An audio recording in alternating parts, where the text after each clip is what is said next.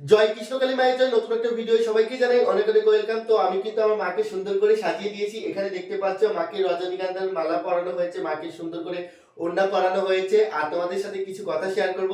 তোমাদেরকে বলেছিলাম একটা সারপ্রাইজ আছে। আমি কিন্তু কৃষ্ণকালী মায়ের মন্দিরে গেছিলাম, বর্ধমানে কৃষ্ণকালী মায়ের মন্দিরে। তো ওখানে গিয়ে কিন্তু আমি ভিডিও করেছি, অনেক ভিডিও ক্লিপ আছে, আমি তোমাদের সাথে শেয়ার করব। এখনো কিন্তু সেইভাবে কোনো ভিডিওই ছাড়তে পারিনি।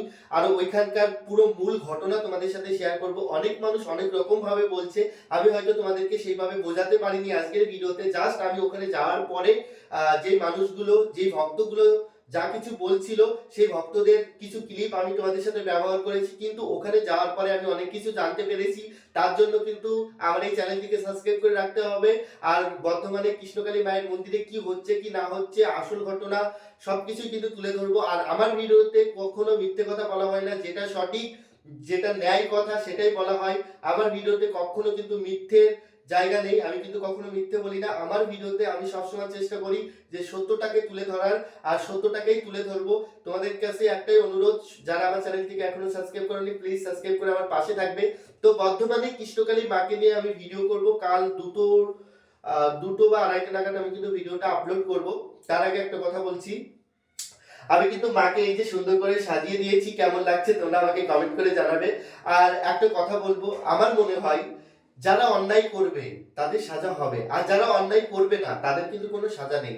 আমি যদি মনে করি আমি কাউকে নিয়ে বাজে কথা বলবো, কাউকে ছোট করে নিজে বড় হব, এটা কিন্তু আমি কখনো হতে পারবো না। এর জন্য কাউকে ছোট করে নয়, আমার কৃষ্ণকালী মায়ের কাছে আমি একটাই প্রার্থনা করি, মা তুমি আমাকে একটু আশীর্বাদ করো।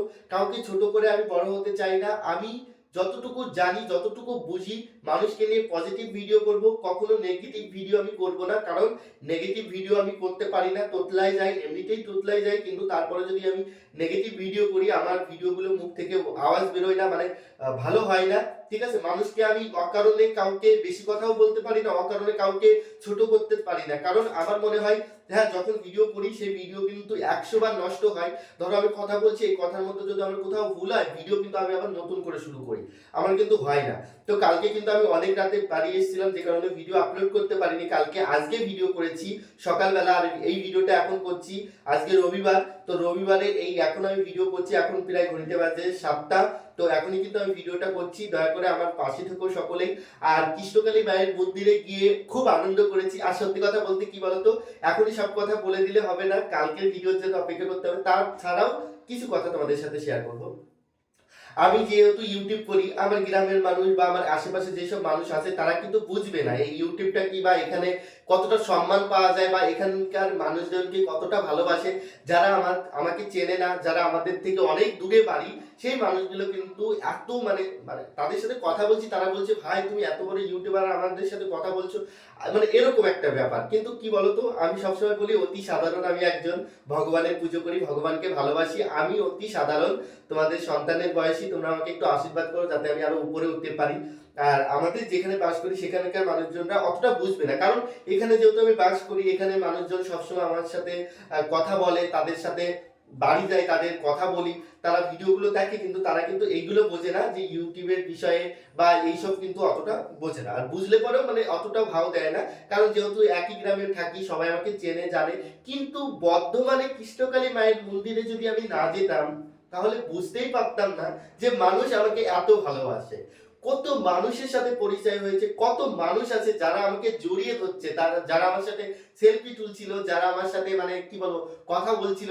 অনেক মানুষ আছে, আমি যখন বাড়ি চলে আসবো, যখন মঙ্গলামা আমাকে ডাক দিল, মানে মায়ের মন্দিরের ভিতর মঙ্গলামা আমাকে ডাক দিয়েছিল যে বাবা তুই এসছিস আয়। তো মায়ের ওখানে গেছিলাম, তখন সকল ভক্তদের সাথে মানে ডেকেছিল আমাকে। তখন কিন্তু বেশিরভাগই মানুষ আমাকে চিনতে পেরেছিল, যেহেতু আমি কিন্তু কৃষ্ণকালী মায়ের ভিডিও আজ থেকে কিন্তু 7-8 মাস ধরে করছি। তখন থেকে কিন্তু ভিডিও করি, সবাই কিন্তু আমার ভিডিওগুলো কিন্তু দেখে। সেখানে এতটা ভালোবাসা দিয়েছিল, সবাই বলছে তুমি রঘু না, এই তুমি রঘু ভাই না। এরকম মানে একটা এত বড় পাওয়া তোমাদের বলে বোঝাতে পারবো না। ওখানে আমাকে আমি কিন্তু ওই যে অনেক লোক বলে যে তুমি মঙ্গলা মায়ের সাপোর্ট নিয়ে কথা বলো, ভুলটা তুমি তো চোখে দেখো না। দেখো মঙ্গলা মায়ের যেটা ভুল অবশ্যই আমি তুলে ধরেছি, আমার ভিডিওগুলো ভালো করে দেখবে। আমি সাপোর্ট করি না কিছু কিছু জিনিস, সেগুলো আমি তুলে ধরেছি। কিন্তু আমি কারো ভিডিওর ভিত্তিতে, কেউ ধরো মঙ্গলা মায়ের এগেনস্টে ভিডিও করে, সে একটা গালাগালি দিচ্ছে বা একটা খারাপ কথা বলছে, আমি তো সেই ভাষায় কথা বলতে পারবো না, কারণ আমি খারাপ কথা বলে তো মানে সে বলছে বলে যে আমাকে বলতে হবে এরকম কোনো কারণ নেই। আমার মনে হয় যেটা আমি নিজের চোখে দেখবো, যেটা আমি নিজে প্রমাণ পাবো, অবশ্যই তুলে ধরবো। যেমন মায়ের বেদিতে ওঠা তোমরা বলেছিলে, আমি ভিডিওর মধ্যে দেখেছি, হ্যাঁ সত্য, তুলে ধরেছি। হ্যাঁ তোমরা বলেছিলে যে মাকে প্রসাদ খাইয়ে নিজে খাচ্ছিল, সেই ভিডিও দেখেছি, বেশিরভাগই ভিডিও দেখেছি। আমি যখন এই নিয়ে একটা ভিডিও করি তখন সকল ভক্তরা বলছে যে মানুষের মধ্যেই তো ভগবান থাকে, আর মঙ্গলা মাকে সবাই ভগবানের চোখে দেখে, যে কারণে উনি এগুলো করেছেন বলে আমাকে আরো ভক্তরা বেশি কথা বলছে। তাহলে তোমরা বলো কোন দিকে যাবো? যদি আমি মঙ্গলমায় সাপোর্ট নিয়ে ভিডিও করি, যারা এগেনস্টে ভিডিও করে তারা আমার পরে রাগ করে, আর আমি যখন মায়ের যে ভুলগুলো আছে সেগুলো ধরিয়ে দিই, কৃষ্ণকালী মায়ের ভক্তরা বলে বা আমারও নিজেরও মনে হয় যে যে ভক্তগুলো বলছে যে মানুষের মধ্যেই তো ভগবান থাকে। আজকে তুমি একটা জিনিস দেখো, ডক্টর বলো, তারপরে এই যে বড় বড় যেসব কাজ হচ্ছে আমাদের এই 2024 সালে, কত কিছু হয়ে গেছে, আগে কিন্তু এরকম ছিল না। দেখো এখন আগেকার মতন এখন কিন্তু চিঠি দেওয়া নেওয়া ছিল, তখন কিন্তু ফোন ছিল না। এখন ফোনের যুগ হয়েছে, নেট ইন্টারনেটের যুগ হয়েছে, ঘরে বসে সবকিছু দেখতে পারি। একটু যে অনেক কিছু হচ্ছে, এটা কার মাধ্যমে? ভগবান তো এসে করছে না, কিন্তু মানুষের মাধ্যমে করাচ্ছে। সেখানে কিন্তু প্রত্যেকটা মানুষের মধ্যেই কিন্তু আমার মনে হয় যে ভগবান বাস করে। কারণ আজকে যদি আমি ভগবানের সেবা না দিই, পুজো না করি, তাহলে কিন্তু ভগবান অনাহারে থাকবে। আমার একার কথা বলছি না, আমরা প্রত্যেকটা মানুষ, আমরা যদি সুন্দর করে ভগবানকে না সাজিয়ে রাখি, ভগবান কিন্তু সুন্দর দেখাবে না। আমি যদি আমার ঘরটাকে সুন্দর করে না সাজাই, আমার ঘরটা কিন্তু সুন্দর লাগবে না। তেমনই কিন্তু নিজের মধ্যে কি আছে সেটা আমি তোমাদেরকে বললাম যে মানুষের মধ্যেই ভগবান বাস করে, এই কারণেই বললাম। এই কারণে আমার ভক্তরা, আমি যখন মঙ্গলামায়ের রেগেস্টে ভিডিও করি তখন কিন্তু আমার ভক্তরা আমাকে বললো যে মঙ্গলামা এই কারণে এগুলো করে, কারণ ভগবান মানুষের মধ্যে মানে থাকে। এই কারণেই কিন্তু আমি মঙ্গলামাকে যখনই ভিডিও করি কেউ না কেউ আমাকে কিছু না কিছু বলতেই থাকে। আমি একটা কথা বলবো, আমি ইউটিউব ভিডিও শুরু করেছিলাম কারণ কথা মতো নয়, আমি কিন্তু ইউটিউবটা শুরু করেছিলাম আমার নিজের ব্যক্তিগত থেকে। দেখো আমি প্রত্যেকটা দিদি, প্রত্যেকটা দাদা যারা আমাকে ভালোবাসে, আমি সবাইকে শ্রদ্ধা করি, ভালোবাসি, আর তাদের আশীর্বাদ চাই। কিন্তু এতটুকু বলতে পারি, কারো ভিডিও দেখে আমি কিন্তু নকল করতে পারবো না। সে গালাগালি দিচ্ছে বলে আমি গালাগালি দিতে পারবো না। আমার চোখে যেটা পড়বে, আমি যেটা দেখবো অবশ্যই তুলে ধরবো, কিন্তু কারো কথা আমার মুখে দিয়ে আমি কিন্তু বলতে পারবো না। হ্যাঁ একটুটুকু বলতে পারি, আমি আমার কৃষ্ণ কালিমাকে সেবা করব, আমি মঙ্গলামায়ের ভিডিও করব, কেউ আমাকে আটকাতে পারবে না। যেটা সঠিক সেটাই তুলে ধরবো, আমি এতটুকু বলবো। হ্যাঁ অবশ্যই ভুল হলে তুলে ধরবো, কিন্তু যেটা সঠিক সেটাই তুলে ধরবো। আমি কখনো একটা মানুষকে সাপোর্ট করছি হঠাৎ করে তার পিছন থেকে সরে আসবো এরকম নয়।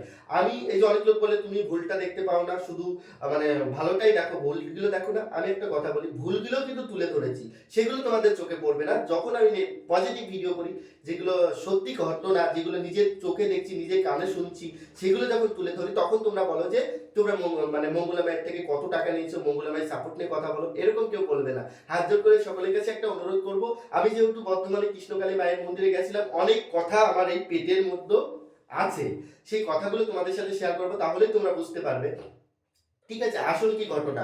আমি একটা কথা বুঝি না, এই যে যারা সবাই ভিডিও করছে, বেশিরভাগই আমি সবাইকে একটা অনুরোধ করে বলবো, এই যে মঙ্গলামা খারাপ, মঙ্গলামা এটা করছে, মঙ্গলামা ওটা করেছে, কিন্তু এই সব কথা বলার পরে যখন মায়ের মন্দিরে যাই, যে আমি শুনবো মানুষের কাছে যে কার উপকার হয়নি, বা কেউ মায়ের সাথে মানে দেখাতে এসছে কিনা, মানে এরকম একটা বিষয় যে মায়ের কাছে মানে প্রমাণ নিতে এসছে কিনা, বা মায়ের কাছে কাজ হয় কিনা, তার জন্য কেউ গেছে কিনা, আমি কিন্তু সবকিছু ভেবেছিলাম তুলে ধরবো। তো আমি যাওয়ার পরে এতটুকু বুঝতে পারলাম যে বেশিরভাগই মানুষই উপকার পেয়েছে, কেউ কিন্তু উপকার ছাড়া অনুপকারে কিন্তু কেউ যায় না, উপকার পেয়েছে বলেই কিন্তু এত ভক্ত হচ্ছে। ঠিক আছে, তো আজকে এতটুকুই, কালকে একটা নতুন ভিডিওর সাথে আসবো। শুধু একটাই কথা বলবো, জয় কৃষ্ণকালী মায়ের জয়, জয় সোনা মায়ের জয়, জয় মঙ্গলা মায়ের জয়। অনেক লোক বলে যে তুমি মঙ্গলা মায়ের কেন নাম দাও, অ্যাকচুয়ালি কি বলতো, এটা বলতে বলতে একটা এমনই একটা ধারা হয়ে গেছে যে আমি সবসময় কিন্তু চলে আসে। আর মঙ্গলা মা কিন্তু খারাপ নাই, যেমন সতী, সাবিত্রী, শ্যামা সুন্দরী, তারপরে কমলা, তারপরে পঞ্চশক্তি, এগুলো কিন্তু একটা দেব দেবতার নাম। তোমরা যে বলছি বলে তোমরা ভাবো সবসময় যে মায়ের নাম করছে, মাকে তো বলি, কিন্তু তাছাড়া এটা কিন্তু একটা দেব দেবীর নাম, এটা কেউ খারাপ ভাববে না, এটা আমি নেব, এটা আমার ব্যক্তিগত ব্যাপার, এটা আমি নেব। শুধু তোমরা আমাকে আশীর্বাদ করো, আমি যাতে কালকে যে ভিডিওগুলো করব সবটাই তোমাদের সাথে ভালোভাবে শেয়ার করতে পারি, তার জন্য প্লিজ সাবস্ক্রাইব করে রেখো আমার চ্যানেলটাকে। জয় কৃষ্ণকালী মায়ের জয়, সবাই ভালো থাকো, সুস্থ থাকো। আমি আমার কৃষ্ণকালী মায়ের কাছে প্রার্থনা করি তোমাদের সুস্থ কামনা, সবাই ভালো থেকো। শুভরাত্রি বন্ধুরা, আর ভিডিওটা সম্পূর্ণ দেখার জন্য অসংখ্য ধন্যবাদ।